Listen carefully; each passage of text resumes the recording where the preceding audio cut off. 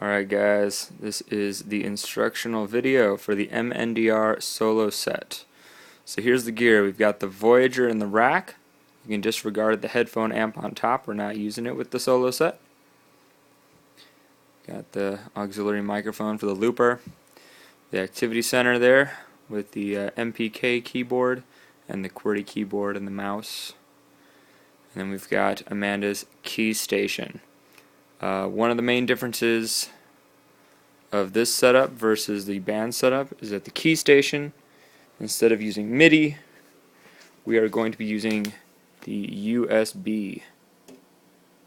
You can still use the power adapter, just gives it extra juice, not a bad thing.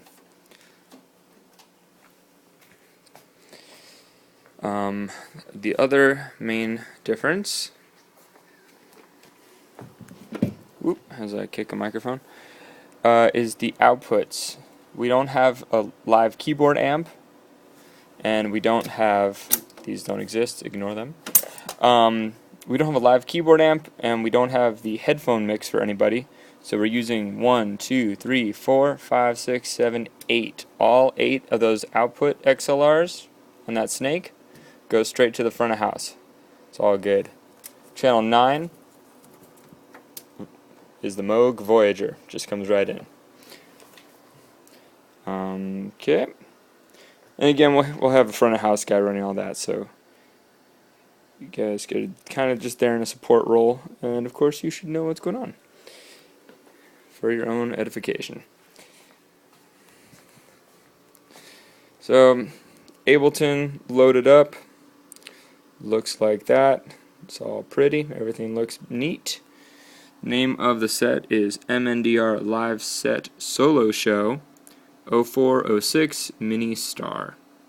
So it's a big long name, but that's how I keep track of it. First up, let's double check the audio preferences. So you open the preferences.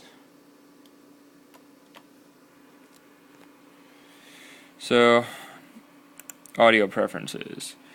Profile in, profile out. Let's look at the input configuration.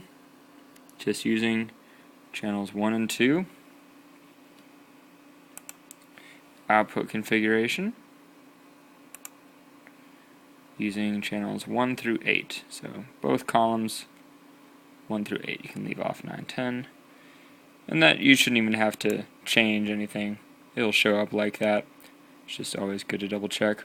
Buffer size we use is 512. Again, it's going to show up like that. No big deal.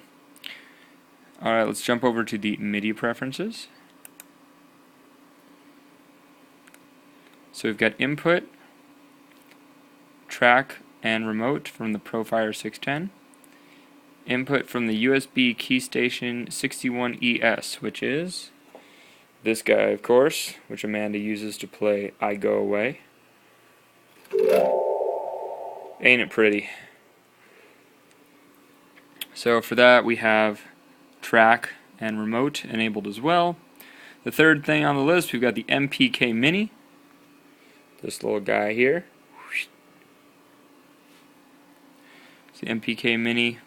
Again, track and remote.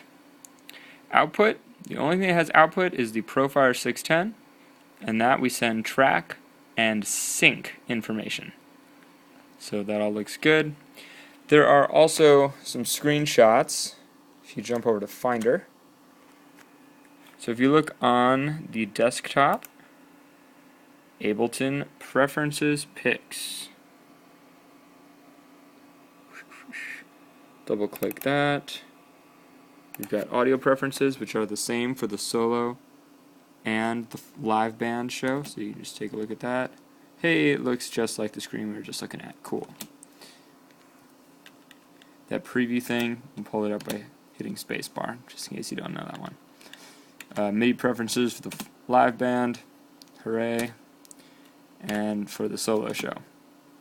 Looks a little different, as I was just showing. Alright, great. Jumping back to Ableton, we can close the preferences window. Everything looks good. Easiest thing, should be queued up to silence already, that marker there, but you can always just hit 0 and that will make sure it jumps there again.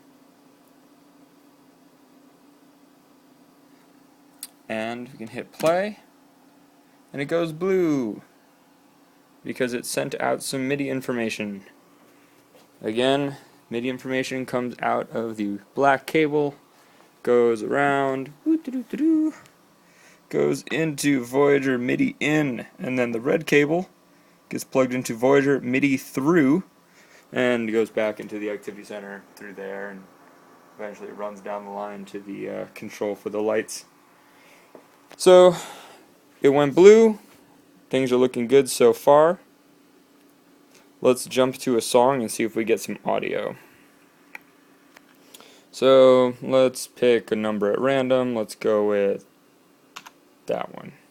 I don't even remember what song that is. Oh, it's that song. Cool. So looks all good. Everything's showing up where it should be. Again, the output, the routing information for the solo show is kick on channel 1, snare on channel 2, percussion on 3, bass on 4, 5, 6 are stereo synthesizers, and 7, 8 are the background vocals.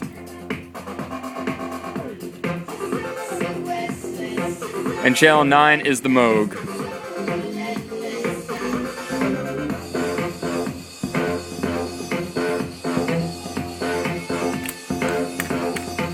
Awesome.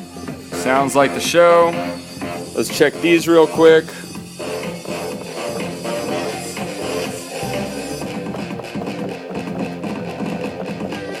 Cool. These, of course, are dead. The top row doesn't make any sounds. Then we've got this guy.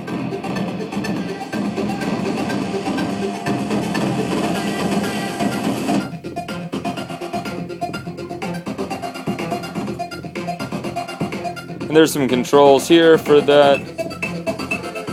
For the knobs, it's good to just go through and up and down each one twice usually. Just make sure that Ableton and the controller are both reading the same thing. You can already hear the effects happening.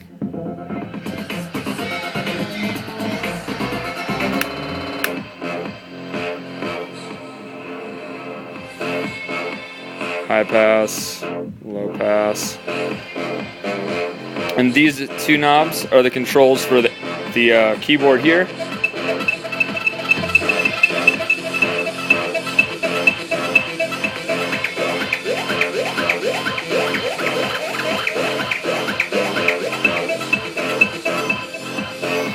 Test this guy real quick. Sounds like a keyboard being played very poorly. And last, let's check the looper mic. So let's clear it out by hitting 2 a couple times. 1, 2, 3, 4. Oh yeah, motherfucker. Alright, so I recorded that by hitting number 1. And now these controls, let's bring up the sound.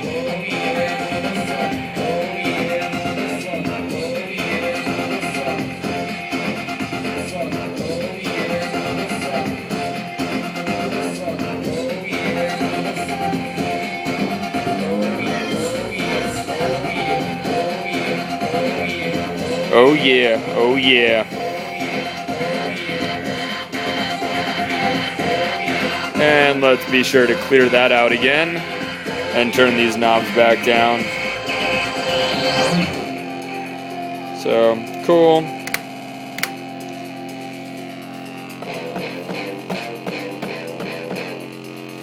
So that's the only song that has horns on these pads. Usually, for like anything else, it's going to be 808 toms.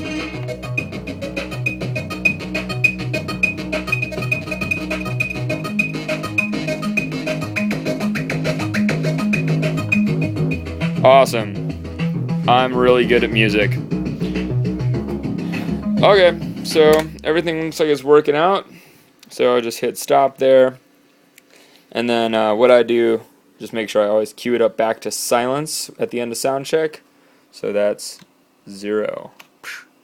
So when Amanda walks on stage, she just hits spacebar, starts rolling, cues up whatever song she wants to start with, and there's the start of the song.